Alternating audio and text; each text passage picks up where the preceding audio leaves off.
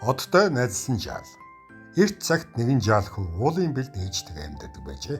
Тэр хүүгийн нэрийг Сэргэлэн гэдэг. Сэргэлэн шүн бүр тэнгэрийн оддыг ширтэж Ямар гоё гэлдэг юм бэ?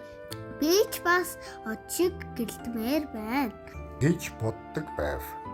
Нэг шин хамгийн тод нэгэн од гинэд доош бууж ирээд Сэргэлэн минь, чи яагаад биднийг ингэж их шилтдэг юм бэ? гэж асуув. Хүү Би од шиг гэрэлтэй хүмүүст баяр авчирдаг хүн болмоор байна. од харин инээмсэглээд Чи хүсвэл гэрэлтэй байж чадна.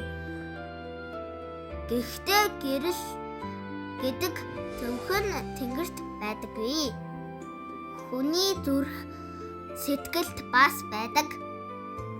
Өөрт байгаа гэрлээ бусдад хуваалцвал чи биднээс тод ялалзана. гэж хэлээд тэнгэр өөд буцжээ. Тэр өдрөөс хойш Сэргэлэн бусдад туслахыг эрмэлзэв. Найздаа дэвтрээ зээлдэж, өвөө эмээдээ ус зоож өгч, гудамжинд төөрсөн гөлөгт гэр олж өглөө. Бусдад сайхан сэтгэлээр хандах бүрд хүмүүсийн инээмсэглэл түүний сэтгэлд гэрэл асааж байлаа.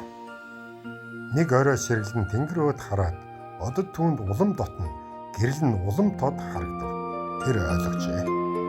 Сэрхэн од гэдэг тэнгэрт бус хүний сэтгэл дотор байдаг юм байна. Хэмээн ийхүү үлгэр өндөрлөв.